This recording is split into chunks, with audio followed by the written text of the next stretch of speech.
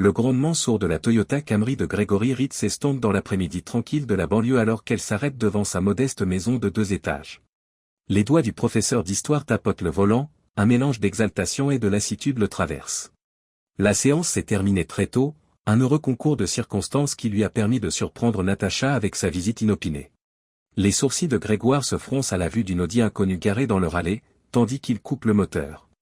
Face à la berline raisonnable de Natacha, ses lignes élégantes et sa surface brillante semblaient inappropriées. Il marmonna, en sortant de sa voiture. Peut-être que Linda, la voisine, s'est trouvée une nouvelle voiture. L'idée semblait creuse alors même qu'elle se développait, une maigre tentative de rationaliser le malaise qui montait dans ses tripes. La maison était immobile lorsqu'il arriva, le silence n'était troublé que par le bruit sourd de son sac sur le plancher de bois. Grégoire s'arrêta et écouta très attentivement. Il y avait des voix étouffées, à peine audibles, mais bien présentes, qui descendaient de l'étage. Ses pas étaient volontairement légers et lents. Chaque grincement de parquet alors qu'il s'approchait de l'escalier ressemblait à un coup de tonnerre dans le silence. Grégoire pencha la tête au bas de l'escalier pour essayer de voir les mots. La voix grave et sexy de Natacha lui parvint. « Je vais être sauvage en te voyant ce soir, bébé. » Les mots sont restés en suspens, chaque syllabe étant un coup de poignard dans le cœur de Grégoire. Pas pour lui, pas après 14 ans de mariage, ce n'est pas possible. Sa tête tourna à la recherche d'une justification innocente, mais il n'en trouva aucune. La réalité des circonstances devenait de plus en plus difficile à ignorer à chaque fois qu'il montait les escaliers. Natacha était dans leur chambre, le téléphone collé à l'oreille, un sourire séducteur sur les lèvres, un sourire qu'il n'avait pas vu diriger vers lui depuis des mois. « Natacha » dit-il d'une voix hésitante, indiquant le conflit intérieur. Les yeux écarquillés d'horreur, elle se retourna et son sourire disparut aussitôt. Sa voix était plus aiguë que d'habitude, légèrement paniquée. « Greg, je croyais que tu ne devais pas revenir avant demain. »« C'est clair, » répondit-il, la voix presque au-dessus d'un murmure. La pièce semblait tourner autour de lui, l'environnement familier devenant soudain étranger et menaçant. « À qui parlais-tu » Les traits de Natacha se raidirent, son premier choc se transformant en défi. Grégoire se demanda s'il l'avait jamais vraiment connue étant donné le changement rapide et total. « Ce ne sont pas tes affaires, Greg, dit-elle, la voix pleine de haine. Poussée par un mélange d'agonie et d'incrédulité, ça ne me regarde pas. Tu es ma femme, pour l'amour de Dieu, jaillit de lui. Lui dire que ce n'était pas ses affaires, et rester là, dans la chambre qu'ils partageaient. Oh, grandis un peu, dit Natacha en roulant des yeux. Grégoire a l'impression d'avoir été agressé physiquement par ce geste incroyablement insensible. Tu pensais vraiment que j'allais me contenter de ta vie ennuyeuse et prévisible pour toujours ? Grégoire recula en titubant, l'esprit tourbillonnant, comme s'il avait été giflé. Qu'est-ce que tu dis ? La question était inutile, il savait exactement ce qu'elle disait, mais une partie de lui, celle qui s'accrochait encore au souvenir du jour de leur mariage, des promesses chuchotées et des rêves partagés, avait besoin de l'entendre à voix haute. Grégoire n'avait jamais entendu Natacha rire, son rire était strident et désagréable. Elle rejeta ses cheveux en arrière, signe de rébellion et de supériorité, en disant « Je dis que j'ai trouvé quelqu'un qui m'excite vraiment. Quelqu'un qui n'a pas peur de vivre un peu. Tu as une liaison. » Grégoire eut l'impression que les mots avaient un goût de cendre amère et étouffante sur sa langue.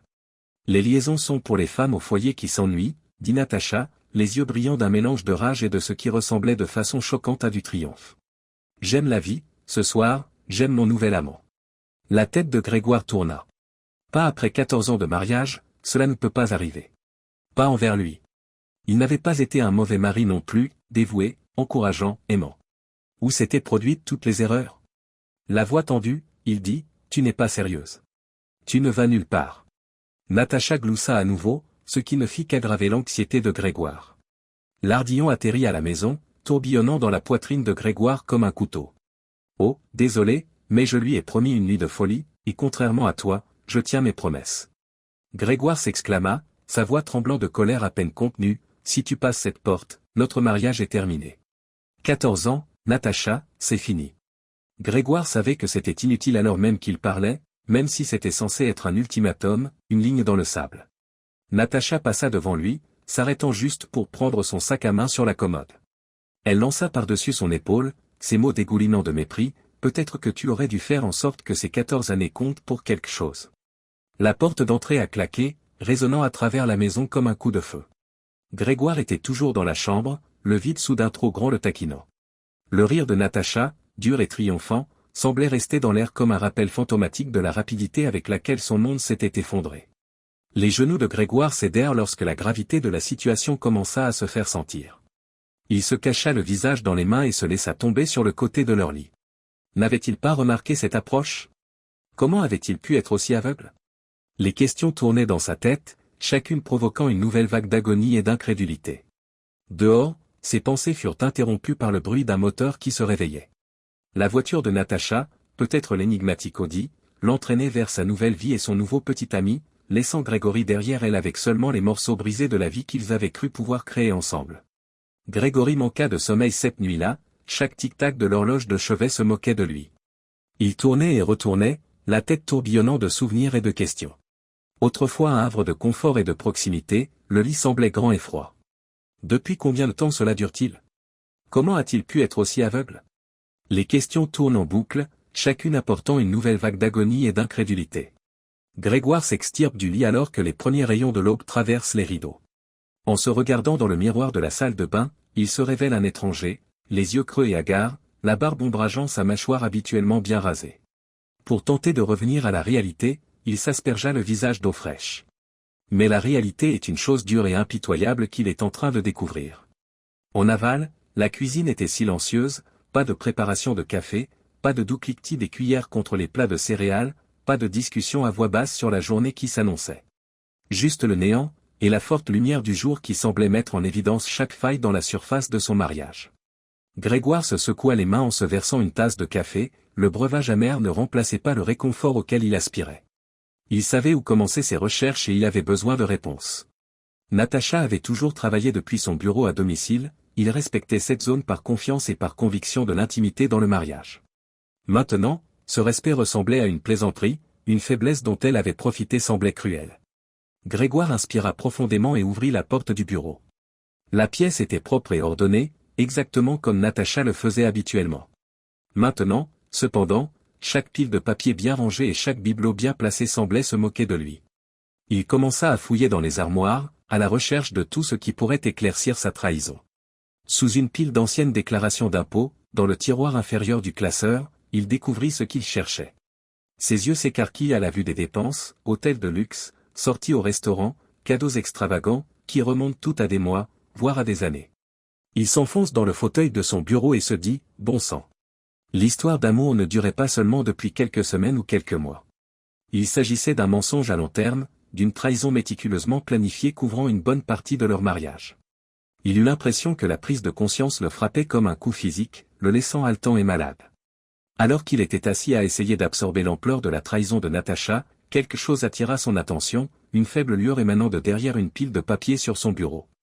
La main de Grégoire trembla lorsqu'il l'attrapa, il savait déjà qu'il trouverait un téléphone jetable. Naturellement. Il aurait dû s'en douter, c'était presque un cliché humoristique, digne d'un mauvais polar. Mais alors qu'il allumait la terrible sensation qu'il ressentait dans son estomac, il se rendit compte que ce n'était pas drôle. Le panneau s'illumina pour afficher un flot de messages textuels. Alors qu'il les parcourait, son estomac se retourna, chacun d'entre eux était plus intime et plus direct que les précédents. Noms d'animaux, plaisanteries personnelles, arrangements pour des réunions, toute une existence secrète exposée sous forme numérique. Et James Humphrey était le nom utilisé à maintes reprises. Grégory arrêta sa respiration dans sa gorge. Quelques mois auparavant, James Humphrey, le collègue de Natacha, l'homme avec qui Grégoire avait partagé des boissons lors de la fête de Noël de l'entreprise. Appelez-le Buddy, l'homme qui lui a serré la main, a subrepticement poursuivi une liaison avec sa femme. La trahison était d'une pertinence personnelle choquante. Les heures supplémentaires de Natacha au travail, son intérêt soudain pour les boissons après le travail avec les collègues, la façon dont elle et James avaient ri ensemble lors de la fête de Noël lui reviennent en mémoire. Maintenant, tout cela avait un sens horrible. Il était resté là, souriant et naïf, un nombre incalculable de fois, et ils avaient échangé des regards complices. Combien de leurs échanges avaient été teintés de plaisanteries à ses dépens, de double sens? Déjà très près du but, le monde de Grégoire s'écroule autour de lui. Il croit tomber, tourbillonné dans un gouffre de malhonnêteté et de trahison. La pièce tourne autour de lui, les lieux familiers lui sont soudain étrangers et menaçants. Avant d'être violemment malade, il parvint à peine à se rendre à la salle de bain, son corps se purgeait comme s'il pouvait d'une manière ou d'une autre évacuer la douleur et l'humiliation en même temps que le contenu de son estomac. Grégory s'est appuyé contre la porcelaine froide et a senti une paix inhabituelle m'envahir. Le premier étonnement passait, puis une rage froide et dure prenait le devant de la scène. Il pensait à ses élèves, aux leçons qu'il leur donnait sur la force d'âme face aux épreuves, sur la défense de ce qui était juste. Il était temps de mettre en pratique les idées qu'il avait enseignées. Il a serré la main de ses élèves, puis a attrapé son téléphone. Il avait prévu de commencer et avait des appels à passer. Natacha l'avait peut-être trompé, mais il serait damné si elle le laissait le détruire. Grégoire sentit la détermination l'envahir alors qu'il composait le premier numéro. Son combat pour son avenir ne faisait que commencer. Grégory était affalé à la table de la cuisine et regardait son téléphone d'un air absent, tôt le matin. La maison autour de lui était silencieuse, l'agitation matinale typique remplacée par un calme austère qui semblait se moquer de son isolement. Incapable d'affronter ses élèves dans cet état, il s'était fait porter pâle au travail. L'idée d'aborder dans une école les événements marquants de l'histoire alors que sa propre vie était en ruine lui semblait trop difficile à supporter. Son esprit passa en revue plusieurs lignes d'action possibles, toutes plus extrêmes les unes que les autres, aller trouver Jacques et lui demander des explications, faire ses valises et disparaître. Il fallait confronter Natacha à son bureau. Les choix tournoyaient dans sa tête, un arc-en-ciel étourdissant de possibilités, dont aucune ne reflétait la vie qu'il menait quelques jours plus tôt. Son rêve fut interrompu par le bourdonnement de son téléphone. C'était Michael Roy, son ami de l'université et aujourd'hui avocat réputé. Désespéré, Grégory l'avait contacté la nuit précédente, son message était un mélange d'incrédulité et d'appel à l'aide. « Salut, Greg. » La voix de Michael était fraîche et cohérente, une bouée de sauvetage au milieu de la désorganisation de Grégory. « Comment tu tiens le coup ?» Grégoire rit amèrement, le son est désagréable dans la cuisine immobile. « Qu'en penses-tu » Michael dit, « Écoute », sa voix passant de l'amicale à la professionnelle. « Je sais que tu as mal, mais nous devons être logiques. As-tu encore confronté Natacha ?» Grégoire dit, passant une main sur ses cheveux en désordre, « Non. Elle n'est pas rentrée à la maison hier soir. » Les mots restèrent en suspens, rappelant à quel point sa vie s'était rapidement effondrée. Michael murmura, « Bien », et Grégoire pouvait presque le voir hocher la tête favorablement. « Ne l'approchez pas tant que nous n'avons pas de dossier solide. Pour l'instant, concentrez-vous sur la compilation des preuves, relevés bancaires, SMS, tout ce qui peut prouver la liaison. » Grégory sentit une paix inhabituelle l'envahir lorsque Michael lui décrivit les choix juridiques qui s'offraient à lui. Il ne s'agissait pas de préserver son mariage, ce bateau était passé au moment où Natacha avait quitté la porte. Il s'agissait de survivre, de sortir de ce rêve en conservant sa dignité et son avenir. « Et la maison ?» demanda Grégoire, ses yeux s'égarant sur l'environnement familier maintenant contaminé par la trahison. « Toute notre vie est liée, les économies ?» « Une étape à la fois, » dit Michael. « D'abord, nous documentons tout. Ensuite, nous examinerons la répartition des biens. » Mais, Greg, sa voix s'adoucit quelque peu. Es-tu sûr de vouloir aller jusqu'au bout ? Une fois que nous aurons entamé la procédure légale, il n'y aura plus de retour en arrière. Grégoire s'accroche plus fermement au téléphone. Est-il bien sûr de lui ? La question le fait s'arrêter. Il se laissa momentanément aller à imaginer une réconciliation, Natacha revenant, contrite et pleine de regrets, tous deux s'efforçant de surmonter cette épreuve et de reconstruire leur mariage. Mais l'idéal s'est effondré aussi vite qu'il s'est développé, remplacé par les remarques caustiques et le visage narquois de Natacha, la vérité. Surpris par la cohérence de sa voix, il répondit, « J'en suis sûr. Elle a pris sa décision, maintenant c'est à moi de prendre la mienne. » Grégoire raccrocha et se mit à travailler avec une concentration qui aurait étonné ses étudiants. Il dupliqua minutieusement les documents financiers, conserva les SMS et enregistra toutes les preuves qu'il trouva. Cela ressemblait à une recherche pour un de ses cours d'histoire, mais cette fois le sujet était la ruine de sa propre vie. Les heures passèrent dans un brouillard d'expertise numérique et de paperasse. Le téléphone de Grégory sonna une fois de plus, un message de Natacha, alors que le soleil tombait et que de longues ombres s'étiraient dans la cuisine. « Je travaille encore tard, ne m'attends pas. » Grégoire regarda la lettre, la résolution mêlée de rage le traversant. L'attitude décontractée et la fausseté évidente étaient plutôt brillamment audacieuses. Se désintéressait-elle simplement de son sort ou croyait-elle qu'il était encore dans l'ignorance ? Il pensa à la loi scout qu'il connaissait depuis son enfance, digne de confiance, loyal, serviable, amical, courtois, gentil, obéissant, heureux, économe, courageux, propre, respectueux et révérencieux. Des valeurs qu'il considérait comme partagées avec Natacha, des valeurs qu'il s'efforçait de vivre. Eh bien, pensa-t-il avec colère, il était temps d'ajouter l'impitoyable à cette liste. Les doigts de Grégoire s'attardèrent sur le téléphone, tenter de répondre quelque chose qui détruirait l'idée d'anonymat de Natacha. Mais le conseil de Michael sonnait juste dans sa tête, ne l'affrontez pas encore. Développez l'argument. Sois intelligent. Grégoire mit le téléphone de côté après avoir inspiré profondément. Demain, il avait des tâches à accomplir. En plus de préparer sa propre révolution, la destruction de la vie qu'il avait créée avec Natacha, et la construction de quelque chose de nouveau à partir des cendres, il retournerait dans sa salle de classe, affronterait ses élèves et leur transmettrait les grands bouleversements de l'histoire. Grégory se tenait à la fenêtre et regardait la rue tranquille alors que le soir tombait. Natacha vivait sa nouvelle vie avec Jacques quelque part à l'extérieur, complètement aveugle à la tempête qui se préparait. Laissons-la profiter de sa soirée, pensa Grégory. Les comptes viendront bien assez tôt. Il sourit et se détourna de la fenêtre, puis retourna vers le bureau. La soirée était jeune et il y avait beaucoup à faire. Quelques jours plus tôt, le Grégory Reed qui était parti pour cette réunion avait disparu, remplacé par un homme au tempérament de traître, résolu à se battre pour son avenir. Grégory Reed se tenait debout devant le comptoir de la cuisine et fixait le calendrier mural. Depuis que son monde s'est effondré il y a une semaine, chaque jour est une danse prudente entre la normalité et les plans secrets. Le cercle rouge qui entourait la journée d'aujourd'hui semblait se moquer de lui et lui rappeler le travail qui l'attendait. Il grimaça devant le goût prononcé de son café. D'habitude, c'était Natacha qui préparait le café. Il écarta l'idée, se concentrant sur le programme de la journée. Il commencerait son voyage à la banque. Grégoire avait passé des heures à examiner méticuleusement leurs dossiers financiers et à calculer exactement la moitié de leurs économies combinées. C'était une question de survie, pas d'avarice. S'il laissait la trahison de Natacha le laisser sans le sou, il serait condamné. Grégoire vit son miroir à la fenêtre alors qu'il rinçait sa tasse dans l'évier. L'homme qui se retournait vers lui était un inconnu, creusé, la mâchoire barrée de poils depuis une semaine. Il s'identifiait à peine. Bien, pensa-t-il, que Natacha rentre chez elle avec un étranger. Qu'elle voit ce que sa trahison a produit. L'esprit de Grégory s'emballe pour les scénarios les plus divers et les plus pessimistes, et le trajet jusqu'à la banque n'est plus qu'un brouillard. Et si Natacha l'avait égalé en performance ? Que se passerait-il si elle avait déjà effacé leur dossier ?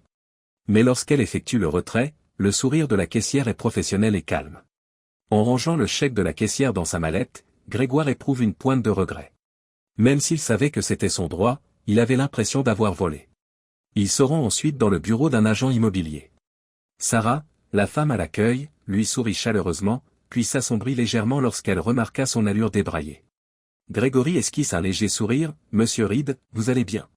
Une semaine difficile. Vous avez dit au téléphone que vous aviez des biens à me montrer ? » Hochant la tête, Sarah prend un dossier. « Oui, j'ai quelques possibilités qui pourraient répondre à vos besoins. Vous avez dit que vous cherchiez quelque chose de modeste, n'est-ce pas ? Un nouveau départ. » Pour Grégoire, ces mots sont comme un coup de massue. Un nouveau départ, comme si 14 ans de mariage pouvaient être simplement effacés. D'une voix bourrue, il répond, « C'est ça. Quelque chose de modeste. » L'attention de Grégoire commença à s'égarer lorsque Sarah commença à énumérer les différentes caractéristiques.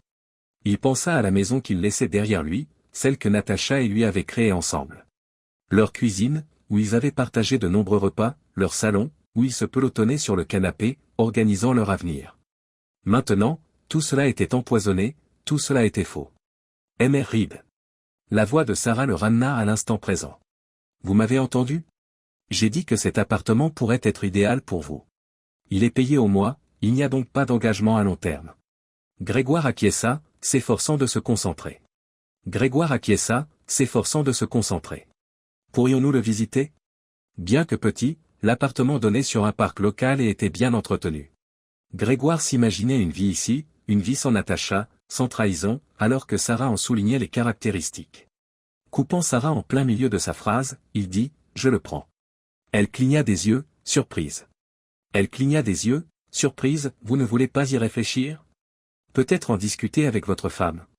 La question était comme un couteau qui se retournait dans ses tripes. Grégoire affiche un sourire crispé. Ce ne sera pas nécessaire. Dans combien de temps puis-je emménager ? 1 heure plus tard, Grégoire se trouve dans l'appartement vide avec une clé. Les pièces vides et les murs nus semblaient faire écho à l'occasion.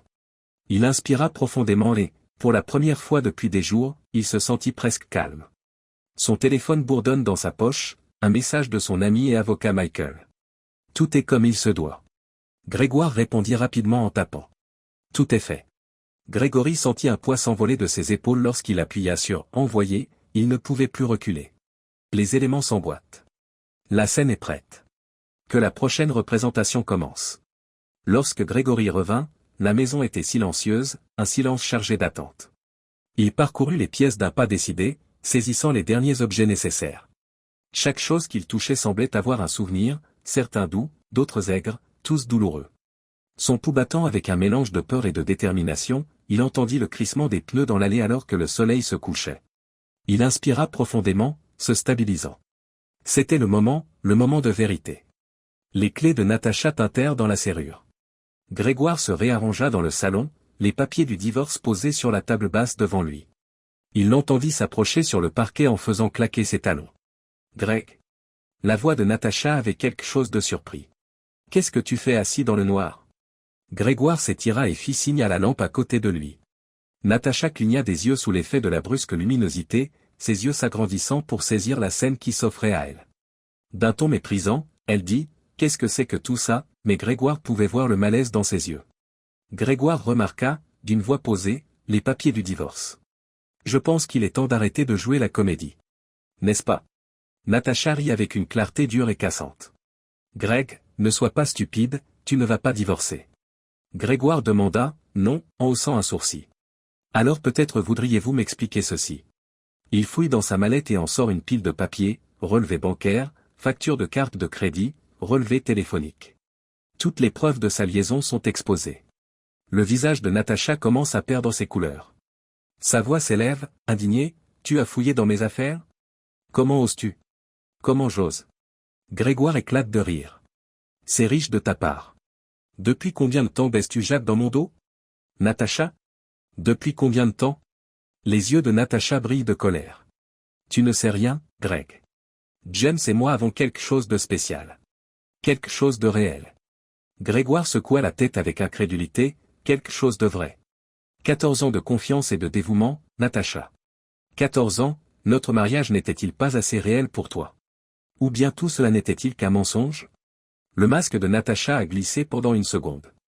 Grégoire vit une lueur de quelque chose, le regret, la honte, traverser son visage, mais elle disparut en une seconde, remplacée par une volonté glaciale.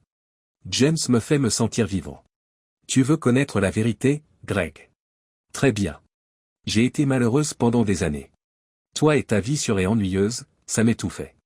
Grégoire s'arc-boute, refusant de lui laisser voir à quel point elle l'a blessé, chaque phrase est comme un couteau dans son cœur. D'une voix glaciale, il poursuit, j'espère que ça en valait la peine. Parce que ça t'a tout coûté.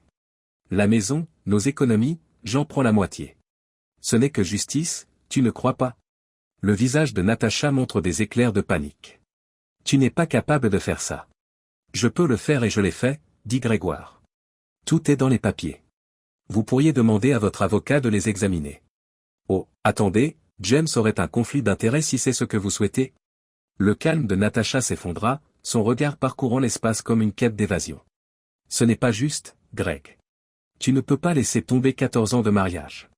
Je n'ai pas tout gâché, répond Grégoire, d'une voix faible mais ferme. C'est toi qui l'as fait, au moment où tu as décidé que tes vœux ne signifiaient rien. Le visage de Natacha se crispe. Les larmes coulent dans les yeux de Natacha. Grégoire eut un bref éclair de pitié. Mais son cœur se durcit alors qu'il se souvient du rire méchant, des remarques caustiques qu'elle lui avait lancées une semaine auparavant. Signez les documents, Natacha, lui conseilla-t-il. C'est fini. Grégoire sentit une paix inhabituelle l'envahir lorsque Natacha se laissa tomber dans le canapé et que ses épaules se mirent à trembler sous l'effet des pleurs. La confrontation tant attendue depuis plusieurs jours était terminée. La vérité a éclaté. Il ne restait plus qu'à rassembler les fragments et à avancer seul. L'approche du divorce de Grégoire et Natacha a fait l'effet d'une traînée de poudre dans leur cercle social. Tout le monde semblait avoir des idées, un camp à soutenir, un verdict à rendre. Assis dans son nouvel appartement, Grégoire regarde son téléphone bourdonner d'un nouveau message. Celui-ci provenait de Sarah, une amie commune que Natacha et lui connaissaient depuis des années. Greg, j'ai récemment rencontré. Je te présente toutes mes excuses. Si je peux faire quoi que ce soit. Il gémit et jeta le téléphone. Tous les messages, qui avaient afflué toute la semaine, certains sympathiques, d'autres accusateurs, avaient été éprouvants. Natacha avait été occupée à faire tourbillonner sa propre interprétation des événements. Grégoire la contrôlait avec son mode de vie ordinaire, disait-elle, l'étouffant. Elle se présentait comme la victime, prise dans un mariage sans amour et enfin satisfaite de Jacques. Beaucoup de leurs amis semblaient prêts à croire à cette histoire captivante. Le téléphone de Grégoire bourdonne à nouveau, Michael cette fois. L'ami de Grégoire, un avocat, s'interroge lorsque ce dernier répond. Grégory éclate d'un rire amer. À part ça, je vais très bien. La moitié de nos amis pensent que je suis une sorte de monstre, et l'autre moitié a trop peur de prendre parti pour me parler. Mais à part ça. Michael parle doucement mais avec force. Tu te souviens de ce dont nous avons parlé, Greg? Ne t'engage pas, la vérité finira par éclater. N'essaie pas de te défendre. Facile à dire pour toi, dit Grégory. Ce n'est pas vous qui êtes calomnié. Après la pendaison, il s'est senti confiné et a arpenté le petit appartement. Il fallait qu'il sorte, qu'il s'engage dans quelque chose, qu'il se libère du poids étouffant de ses idées. Il prit ses clés et se dirigea vers la porte, mais s'arrêta au moment de l'ouvrir. Linda, sa voisine de l'ancienne maison, se tenait dans le couloir, la main prête à frapper. Avec un grand étonnement, elle lui demanda, « Greg ? Je ne savais pas que vous seriez là. » Grégoire recula et lui fit signe d'entrer. « Que fais-tu ici, Linda ?» Linda s'agite, visiblement mal à l'aise.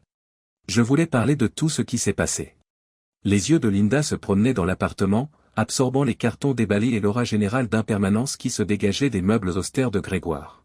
« Greg, je n'arrivais pas à y croire. Ce n'est pas le Greg que je connais depuis des années. Natacha a raconté à tout le monde des choses horribles sur toi. Que dire? Grégoire a une boule dans la gorge. Voilà enfin quelqu'un qui ne se laissait pas prendre au mensonge de Natacha. Merci, Linda, murmura-t-il, la voix aiguë par les sentiments. Tu ne sais pas ce que cela représente pour moi. Linda lui a tapoté la main et l'a tendue. Je sais que ce n'est pas à moi de le faire, mais, y a-t-il une chance de se réconcilier? Peut-être que si vous vous parliez tous les deux. Grégoire secoua la tête et fit un sourire triste. Il est trop tard pour cela, Linda. La confiance n'existe plus. Elle ne peut pas revenir de ce qu'elle a fait. Grégory reprit espoir alors que Linda s'en allait, promettant de rester en contact.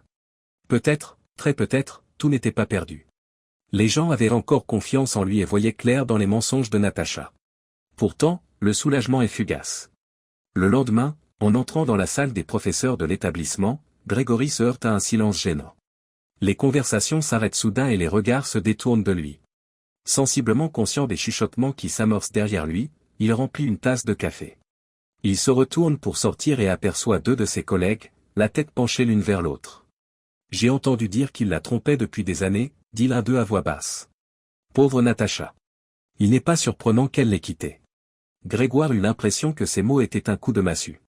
Il sortit du salon en titubant, atteignant tout juste sa salle de classe avant que les larmes ne commencent à couler. Grégory sentit tout le poids de sa nouvelle réalité s'abattre sur lui alors qu'il s'asseyait à son bureau, essayant de se calmer avant que ses élèves n'arrivent. Il s'agissait de perdre toute sa vie telle qu'il la concevait, et pas seulement Natacha.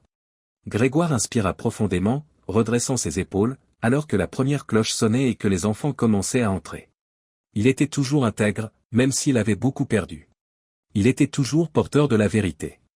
Et d'une manière ou d'une autre, cette vérité remontait à la surface. Il garderait la tête haute et affronterait chaque jour avec dignité jusqu'à ce moment-là. C'était tout ce qui lui restait. Grégory Reed regarda les membres du conseil scolaire mélanger les papiers et tousser vers l'arrière du gymnase bondé. Grégory pouvait sentir le stress dans l'air provenant de ses collègues. Le proviseur Dawson brandit un micro. Comme vous le savez tous, la récente récession économique entraîne des coupes budgétaires importantes pour notre district. On nous a demandé de réduire nos effectifs de 15% dans tous les services. La salle s'est mise à gazer collectivement. Grégoire sent ses tripes se retourner. Étant l'une des recrues les plus récentes du département d'histoire, il comprenait que son poste était vulnérable. Nous évaluerons soigneusement chaque poste, dit Dawson, en essayant de se montrer rassurante. Les évaluations des performances, les commentaires des étudiants et l'engagement extrascolaire seront tous pris en compte, l'ancienneté sera un facteur, mais pas le seul. Le cerveau de Grégory s'emballe. Il avait toujours reçu d'excellents commentaires et ses élèves semblaient s'amuser pendant ses cours. Mais cela suffira-t-il? L'emprunt pour son nouvel appartement est très présent dans son esprit. Grégory est rattrapé par Tom Halsey, le directeur du département, au moment où la conférence se termine.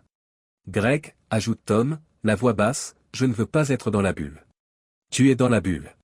Tu dois te rendre indispensable. Prends des fonctions supplémentaires, crée un nouveau club. Tout ce qu'il faut pour se démarquer. Grégoire acquiesce, une boule se forme dans sa gorge. Je sais, Tom. Je ferai tout ce qu'il faut. Le téléphone de Grégoire bourdonne, un texto de Michael, son avocat, alors qu'il se dirige vers sa voiture. Natacha fait appel du règlement. Jameson a été employé par elle. Nous devrions en discuter. Le cœur de Grégory se serre.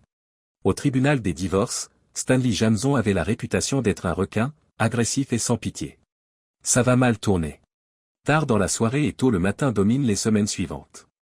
Grégory s'est plongé dans sa profession, donnant de son temps à tous les comités et à toutes les activités extrascolaires qu'il pouvait.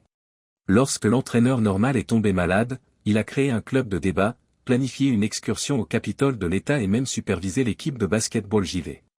Mais la perspective du divorce restait importante, même s'il se battait pour préserver son emploi. Fidèle à sa réputation, Jameson contestait chaque élément de l'accord et traînait le nom de Grégory sur le sol. Un jour, alors qu'il corrigeait des copies dans la salle des professeurs, Grégory a remarqué que 2 collègues discutaient. J'ai entendu dire que sa femme l'avait quitté parce qu'il était émotionnellement viol, rapporte l'un d'eux. Pouvez-vous croire qu'il semblait toujours si amical? On ne sait jamais ce qui se passe derrière les portes closes, a déclaré l'autre. Je suis triste pour elle de devoir traiter avec ce James maintenant que tout le monde est au courant de sa liaison. La plume de Grégoire s'est arrêtée en plein milieu. Même s'il savait que Natacha racontait sa version des faits, il n'avait aucune idée de l'ampleur qu'avaient prise les rumeurs. Bien que les mots de Michael résonnent à ses oreilles, il ressent un besoin intense de se lever et de se protéger. Ne vous engagez pas, laisse la vérité émerger en son temps. Grégory rassembla ses affaires et quitta le salon, les voix le suivaient dans le couloir et il se sentait lourd. Grégoire sent ses problèmes lui peser ce soir-là, alors qu'il est assis dans son maigre appartement. Sa carrière était compromise, sa réputation en ruine, et la femme qu'il aimait depuis 14 ans travaillait sans relâche à sa destruction. Il songea brièvement à abandonner. Peut-être pourrait-il simplement laisser Natacha changer de lieu de travail et repartir à zéro, ce qu'elle voulait. Mais ses yeux se tournèrent bientôt vers une photo encadrée sur son bureau. Le montrant entouré de camarades de classe heureux, elle datait de la remise des diplômes de l'année dernière. Il l'admirait, lui faisait confiance et le respectait. Les mâchoires de Grégory se serrent. Non, il n'abandonnera pas. Il se serait battu pour sa carrière, sa réputation et la vérité. Natacha l'avait peut-être trahi, mais il ne trahirait pas les étudiants ou lui-même qui dépendaient de lui. Grégory ouvrit son ordinateur portable, déterminé une fois de plus, et commença à planifier sa prochaine action. Les bureaux de Branson et associés étaient magnifiques, tout en marbre poli et en verre. Grégory suivit Michael dans le long couloir jusqu'à la salle de conférence et il était visiblement mal à l'aise. Grégory acquiesça en fixant sa cravate. « N'oubliez pas, » dit Michael alors qu'ils arrivaient à la porte, « laissez-moi parler. Jameson cherche n'importe quelle raison pour vous dépeindre comme le méchant. Ne voulant pas se montrer dans les mêmes vêtements que ceux qu'il avait portés lors de la dernière séance de médiation, il avait emprunté le costume de Tom Halsey. Aujourd'hui, tout compte. » Les yeux de Grégoire se posèrent sur ceux de Natacha dès qu'ils entrèrent dans la pièce. Il vit quelque chose flotter, du regret, de l'incertitude, pendant une minute, puis son expression se raidit et elle se détourna. Jameson parlait déjà, sa voix était grasse et condescendante. « Monsieur Reed, j'espère que vous avez changé d'avis sur la répartition des biens. Mon client a été plus que généreux, compte tenu de la situation. » Michael répondit calmement mais fermement. « Je crains que nous ne soyons pas d'accord sur ce point, monsieur Jameson. En fait, nous disposons d'informations fraîches qui pourraient changer tout le paysage de cette procédure. » Grégory regarda Michael faire glisser un paquet de papiers sur la table. Jameson l'ouvrit, les yeux levés en parcourant le contenu. « Où as-tu trouvé ça ?» demanda Jameson, son sang-froid faiblissant. « Ce n'est pas important, » dit Michael avec fluidité. « Ce qui compte, c'est ce que ces dossiers montrent. Vos clients n'ont pas été très honnêtes sur leur situation financière. » Grégoire comprit ce qui se passait et son cœur se mit à battre la chamade. Michael avait trouvé des disparités dans les dossiers financiers de Natacha et de James tout au long de la phase de recherche. Plus profondément, ils ont découvert des preuves de détournement de fonds, de l'argent de la société prélevé pour payer leur liaison.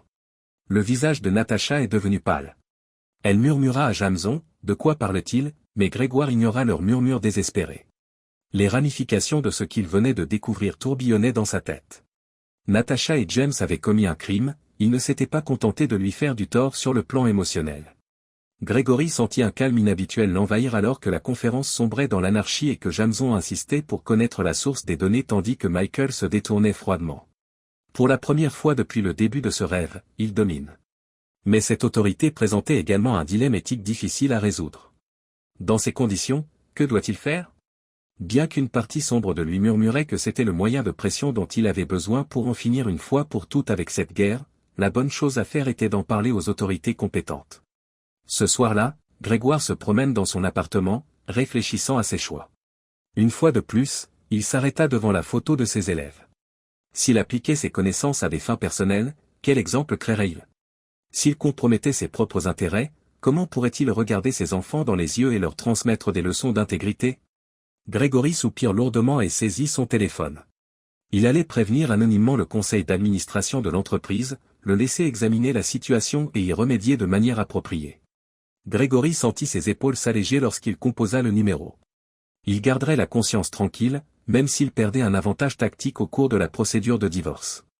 Il s'avéra que cela valait plus que n'importe quel dédommagement en général. Les semaines suivantes se succédèrent à un rythme effréné. Natacha et James ont fait l'objet d'un examen minutieux, le cabinet ayant entamé une enquête interne. Soucieux de montrer sa valeur à l'école, Grégoire s'investit dans son travail avec une vitalité nouvelle. Passant de longues heures à améliorer l'approche du département d'histoire, il propose de diriger un comité de révision des programmes. Pour coïncider avec les élections proprement dites, il a mis en place une fausse élection à l'échelle de l'école, incluant ainsi les étudiants dans le processus politique d'une manière qui a fait vibrer l'ensemble de l'institution. Tom Halsey a pris Grégory à part un après-midi, alors qu'il sortait d'une réunion de département particulièrement éprouvante. Tom lui répond, en hochant la tête en signe de respect, « Je ne sais pas comment tu fais, Greg. La plupart des gens s'effondreraient avec tout ce qui se passe dans votre vie privée, vous vous épanouissez. » Grégory affiche un petit sourire. « Je crois que je viens de réaliser que mes élèves, c'est ce qui compte vraiment. Tout le reste n'est que du bruit. » Tom l'applaudit d'un geste de l'épaule.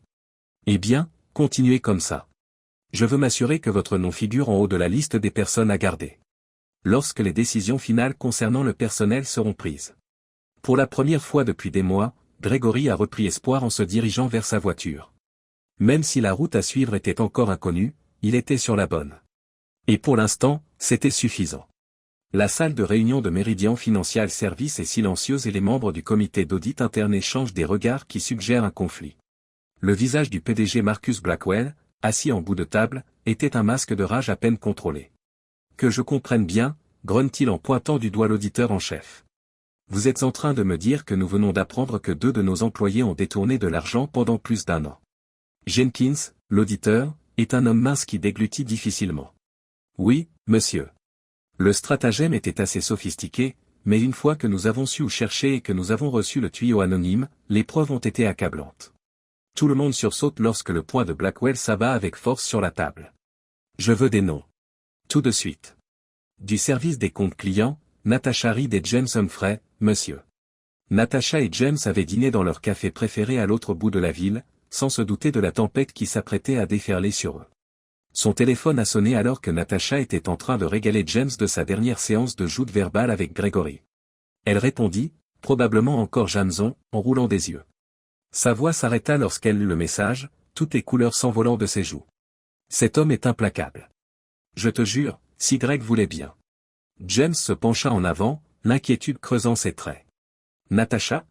Qu'est-ce que vous êtes? Les yeux écarquillés d'effroi, elle leva la tête vers lui. Nous devons partir tout de suite. Mais il est déjà trop tard. 2 hommes en costume sombre s'approchèrent de leur table alors qu'elle se préparait à partir. Madame Reed, monsieur Humphrey, nous avons besoin que vous nous accompagniez. Je suis l'agent Thompson du FBI. Les jours suivants ont été marqués par un flot de questions, d'accusations et d'intuitions terribles. Les preuves contre eux sont insurmontables. En plus d'être renvoyé de Meridian, il faisait l'objet d'accusations criminelles graves. L'esprit de Natacha dériva vers Grégory tandis qu'elle écoutait son avocat lui présenter les offres de plaidoyer et les peines d'emprisonnement possibles. Comment les choses avaient-elles pu tourner si mal? Après avoir semblé si excitante et libératrice, l'affaire était devenue la pire erreur de sa vie. Grégory est dans sa salle de classe en train de terminer un cours particulièrement intéressant sur le mouvement des droits civiques lorsque Tom Halsey se présente à la porte. « Greg, je peux te voir un instant. » Grégory n'a pas eu un battement de cœur. C'était le moment, l'instant qu'il avait à la fois attendu et redouté dans une égale mesure. Il fut cependant surpris de voir Tom sourire en entrant dans le hall. « J'ai d'excellentes nouvelles, » déclara Tom. « Nous voulons vous offrir un emploi permanent avec tous les avantages sociaux, la titularisation, nous vous gardons simplement. En suivant les travaux, Grégoire cligna des yeux, choqué. Êtes-vous? Vous êtes vraiment sérieux? Tom acquiesce. Votre travail au cours des derniers mois a été vraiment remarquable. Les parents vous apprécient, les élèves vous aiment et, honnêtement, nous serions fous de vous laisser partir. Qu'est-ce qu'il faut donc dire? Grégoire s'arrête un instant de parler. Le poids de l'incertitude et de l'inquiétude des mois précédents s'effondre, remplacé par une intense sensation de libération et de justification. Oui, bien sûr, oui. J'apprécie, Tom. Grégory fit sonner son téléphone alors qu'il retournait dans sa salle de classe. C'est Michael qui s'en charge.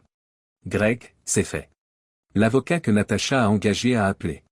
Ils acceptent notre première offre de règlement. Grégory s'appuya contre le mur et laissa la nouvelle l'envahir, elle n'est pas en position de se battre maintenant avec tout ce qui s'est passé. Enfin, très définitivement, c'était fini. Les semaines suivantes s'écoulent à toute vitesse. Grégoire signe son nouveau contrat avec l'université, termine son divorce et trouve même un appartement un peu plus grand qu'il peut désormais s'offrir. Grégoire repense à la route mouvementée qu'il a empruntée pour s'adapter à sa nouvelle vie. La trahison, la souffrance, l'incertitude, tout cela l'avait façonné d'une manière qu'il commençait à peine à percevoir. Un après-midi, alors qu'il se préparait pour ses leçons, il eut une idée. Il griffonna rapidement quelques notes, un éclair d'enthousiasme se développant au fur et à mesure qu'une idée prenait forme. Le lendemain, il est allé voir Tom avec une suggestion, un cours facultatif sur l'éthique et la culture financière. Tom hausse les sourcils. C'est un mélange inhabituel. Grégory acquiesce avec enthousiasme.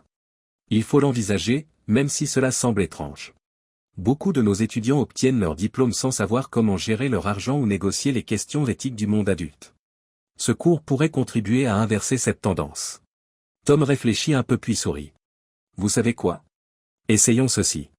Greg, si quelqu'un peut rendre l'éthique et l'argent intéressants pour les jeunes, c'est bien toi. Grégory découvre qu'il se trouve devant une salle de classe pleine à craquer pour le début de la nouvelle année scolaire. Piquant à l'idée de ce mélange inhabituel de matières, les élèves avaient afflué vers son nouveau cours facultatif. Grégory dit, en faisant un geste vers la mère de visage enthousiaste, « Bienvenue à Financial Literacy and d'éthique 101. Ce cours ne se limite pas à la compréhension des scores de crédit et à l'équilibre de la comptabilité. Nous examinerons le lien complexe entre l'argent et la moralité et la manière dont nos décisions peuvent affecter non seulement nos équilibres financiers mais aussi notre intégrité. » Grégory n'avait pas senti de direction depuis des années, mais au début de la première session, il l'a senti. Il guidait ces jeunes gens loin des erreurs qu'il avait rencontrées en tirant parti de ses souffrances et de son expérience. Bien que meilleure à bien des égards, cette vie n'était pas celle qu'il avait espérée. Les mois passent et Grégory découvre qu'il commence à suivre un rythme différent. Les parents et les étudiants saluent son cours pour son approche éthique et pragmatique. Pendant son mariage, il n'avait jamais trouvé le temps de s'adonner au passe-temps qu'il avait toujours voulu pratiquer, la photographie, et il avait donc rejoint un club de randonnée local et s'était fait de nouveaux amis parmi ses collègues. Un soir, Grégory corrigeait des copies dans son appartement lorsque son téléphone s'est mis à sonner et a envoyé un message d'un numéro non identifié. En lisant la note, « J'ai fait une terrible erreur », son cœur a battu la chamade. « On peut parler ?» dit Natacha. Grégoire fixa son attention sur la télévision, un flot de sentiments le traversant. Il se retrouva brièvement dans la soirée où son univers s'était effondré. Alors que Natacha franchissait la porte, son rire désagréable révélait la terrible certitude que leurs 14 années de vie commune n'avaient rien signifié pour elle. Mais les souvenirs disparurent aussi vite qu'ils étaient apparus. Grégoire regarde dans son appartement les piles de documents scolaires, les livres de photos sur la table basse, les chaussures de randonnée près de la porte. Pour l'instant, c'était sa vie, dure et honnête. Grégoire griffonne sa réponse avec un petit sourire gêné. « Non, nous ne pouvons pas. Au revoir, Natacha. » Il envoya puis bloqua le numéro pour faire bonne mesure. Il éteint totalement son téléphone. Grégoire se leva et regarda la ville par la fenêtre. Le soleil descendait, jetant de magnifiques tons orange et rose sur le ciel. Pour Grégoire, c'était le début d'une nouvelle journée qui s'achevait. Il se dirigea vers la porte après avoir pris son sac d'appareil photo. Il avait l'intention de photographier un endroit dans le parc voisin au moment du coucher du soleil. Grégory inspira profondément l'air frais du soir en quittant la maison. Il se sentait vraiment libre, libéré du poids d'un mariage brisé, libéré de l'ombre d'une trahison, libre de devenir l'homme qu'il avait toujours voulu être, pour la première fois depuis longtemps. Grégory Reed est entré dans le crépuscule qui approchait, prêt à photographier la beauté de l'instant, et des innombrables événements à venir dans sa nouvelle existence.